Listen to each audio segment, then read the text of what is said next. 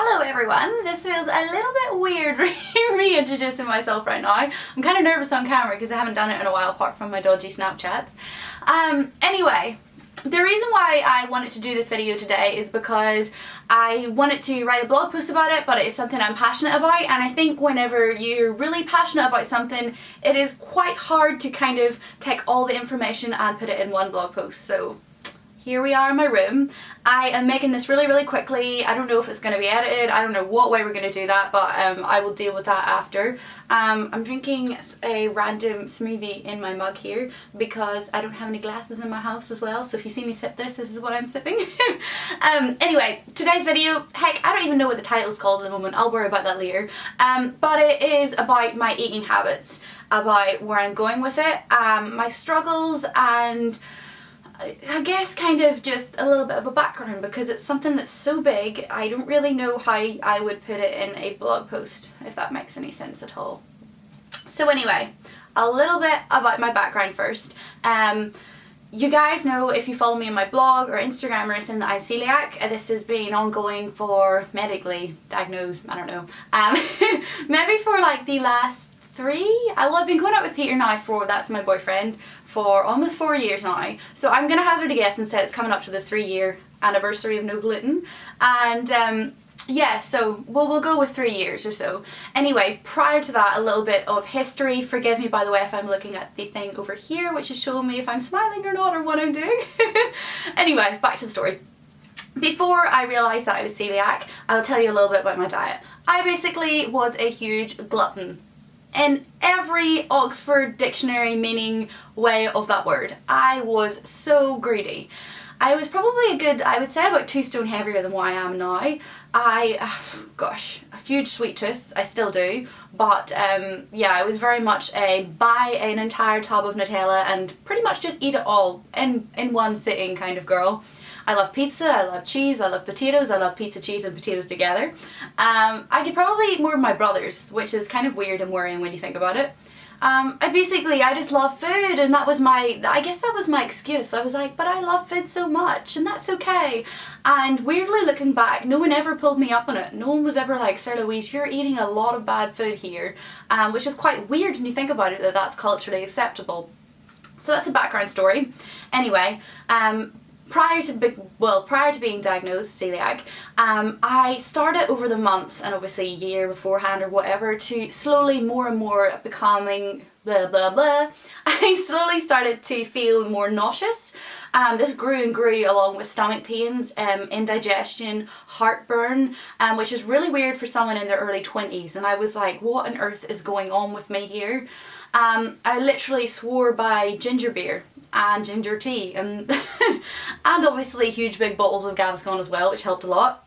So anyway, yeah, I have suffered from a lot of that. I particularly remember one time when Peter and I were in London. We'd gone for this awesome, like, huge brunch in the Riding House Cafe. I pretty much devoured every crumb of gluten in sight, and afterwards I genuinely was like, this is the end. I just eaten so much, and I didn't have any indigestion tablets with me or Gaviscon or anything, and to this day we still laugh at it. Not at the time because it was really bad. I genuinely felt like lying down on Oxford Street and just saying, no more, I can't. And anyway, after that we went and got it sorted out, and that's what it was. So prior to being diagnosed as celiac, I was a glutton of huge proportions, and to be honest, I look back now and I think I was a huge pig, and I'm slightly disgusted, but hey, we all make mistakes. And then I was diagnosed as celiac, and I think it really struck a big chord with me because I was really like, whoa, is that what has made me feel so crap? Something called gluten, like what the heck even is gluten, and how could that make me feel so crap? Lethargic, the indigestion, the pains, the nausea, the dull skin, just everything. I was like, whoa, that's so strange that one thing had the ability to do that to me and how I felt. And that was really weird. And so I started to really take an interest in what I was putting into my body. And I realised then that as I obviously stopped with the gluten and I went to the doctor and everything, got that sorted out, that milk was having an adverse effect on me as well. And I was like, whoa, what? So I cut it out, and I did research as well that there's different levels of lactose in different dairy products, and I weaned myself off them. And I would say for a solid year and a bit, I was pretty much full throttle with the vegan lifestyle, which is something I didn't even intend to choose. It just kind of happened.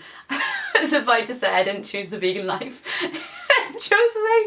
Oh my goodness, I'm laughing at my own jokes on YouTube. Oh gosh, this is bad. Anyway, that was such a bad joke and I'm laughing at it properly. Anyway, yeah.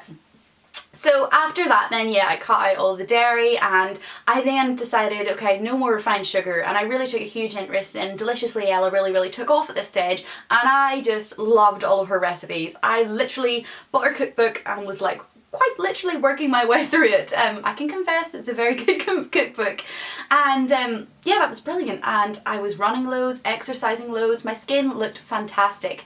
I created and concocted so many random recipes.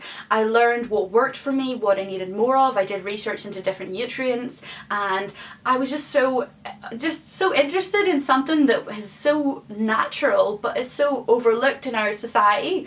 And anyway, I would say I had a 90% vegan, sugar-free, gluten-free lifestyle or approach to diet or food or eating habits or whatever, and then the 10% of the bad time was whenever I was travelling or away with Peter, who obviously doesn't adopt this lifestyle at all. He just eats normally, and I kind of just succumbed to eating like that.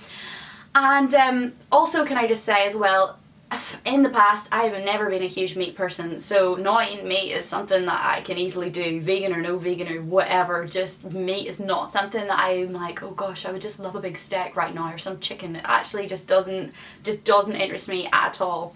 So anyway, basically 1 year ago or so now, in February, I've been doing so well for that time I just told you about. We went to New York. It was just the end of Storm Juno, minus 13 degrees, pretty apocalyptic. I mean, like Arctic conditions, relentless snow bashing us in the face as we walked everywhere. I was going to say falling, but that's too graceful a description for how the snow not so elegantly covered us and made us feel like we were on some sort of Arctic expedition. Whoa, huge digression there. Anyway, yeah, it was really cold, and I mean, we didn't do anything apart from eat at all on that journey. We went to Georgetown, Magnolia Bakery, basically ate my body weight in gluten-free cupcakes. I'm talking at least 2 a day, Laudry macaroons, anything, Mass Brothers chocolate. Gosh, we just eat and eat and eat, and hot chocolate as well. And anyway, I came home from that holiday and I was like, whoa, sugar! I was going nuts for sugar, and I don't know, it was just like a downhill journey for me personally. And I look back now and like this kind of quote strikes a really big, like kind of poignant chord with me as such, that it takes months and months to climb onto the bandwagon. That is so true, it really does. And it takes minutes to fall off it, and that again is so totally true and something that I can totally relate to and totally and wholeheartedly agree with as well. So yeah, that was so I got back from that holiday, and that was in February, and from February until, this is last February, and this is the month of February right now, so last February until about November, I just really struggled with food. Like I really wanted to get back to the way I was eating because I enjoyed it. I didn't feel guilty ever. I didn't ever have a calorie limit on what I ate. I just really enjoyed nourishing my body, but I find it so hard to break away from eating so much sugar, and I find it really difficult to adjust to that lifestyle again because I always wanted a sugar fix, and society is very, yeah, sugar fix is fine, just have a cup of coffee and have that bun, it's okay, don't worry, we do gluten free. And time and time again I just kept falling into the rut of, oh flip, and I kept thinking, Monday, Sarah Louise, you'll do it on Monday. And now that I have more knowledge, I'm very much a big believer in, if you know that you're probably going to give up by Friday and it's only Monday, you're going to give up by Friday. Like if you approach something with the attitude of defeat whenever you start out in the journey, you're going to be defeated. It's going to happen. So yeah, that was pretty much a tough time where I really wanted to eat a certain way, and I so desperately wanted that, but I just couldn't break away from sugar. So anyway, November, December, January, February now, and I am, well, yeah, vegan, I guess, and that kind of, it's so weird saying it because it's like, oh gosh, this feels serious. It's like, what, Sarah Louise, seriously, you've been this way for ages pretty much.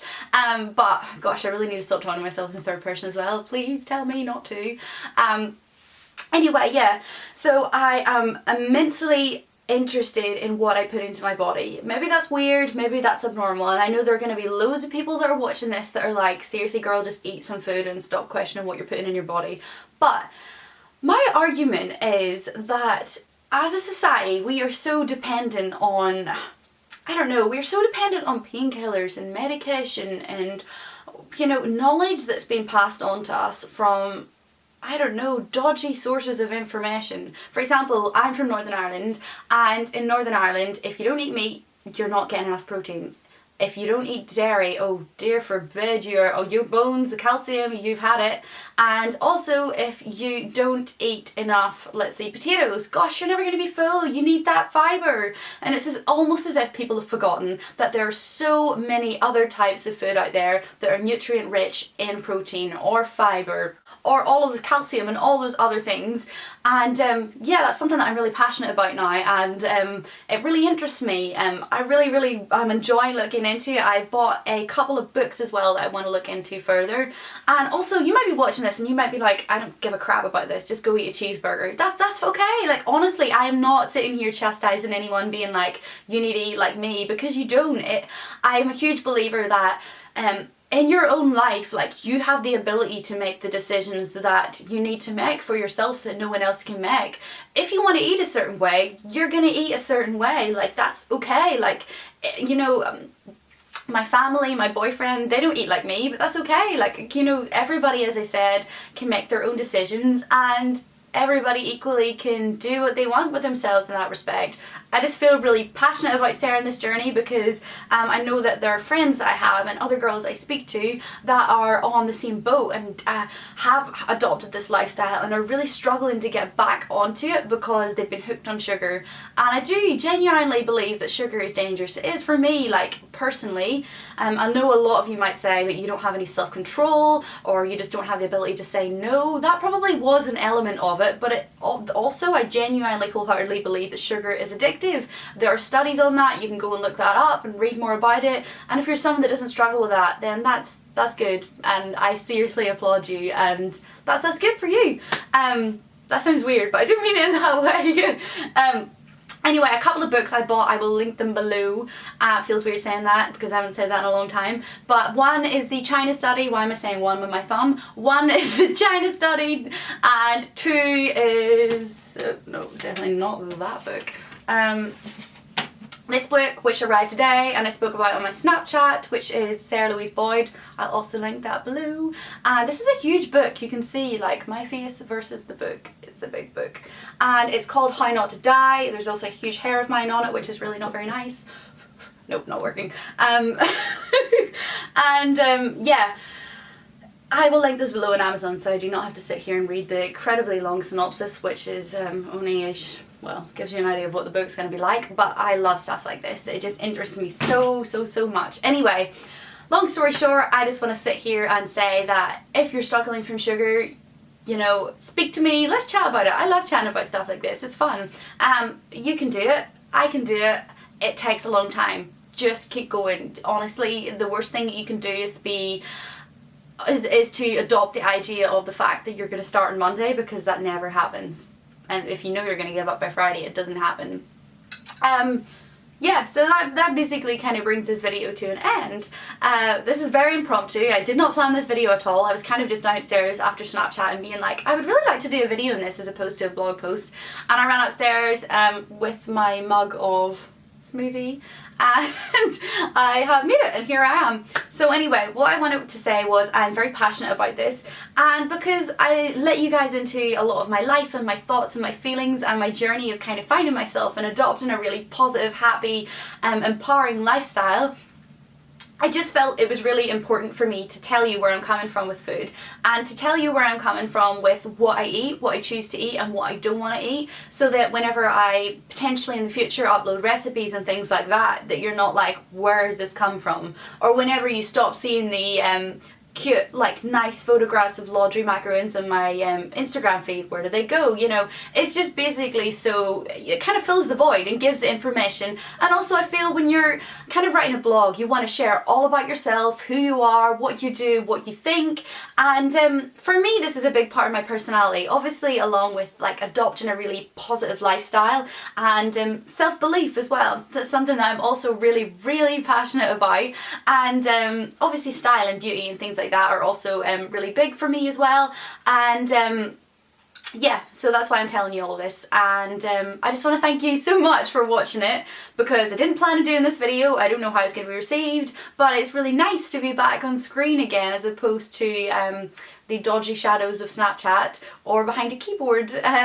So yeah, I am going to be vlogging Sydney. If you follow me on the blog or Instagram, you'll know I'm going there this weekend. It is, I think it's Friday. No, it's Thursday today. Anyway, I'm going to be going this Sunday and I'm so excited, and I'm going to vlog that, and I'm super stoked. And I'm also looking at my phone right now, which is here, and I've realised I have an eyebrow appointment in like 15 minutes. So I really should cut this short.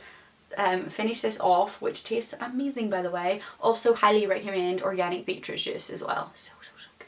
And I know some people, as I said, are going to be watching this being like, why does everything have to be organic? GMOs also really interest me as well, but we're not going to go down that road.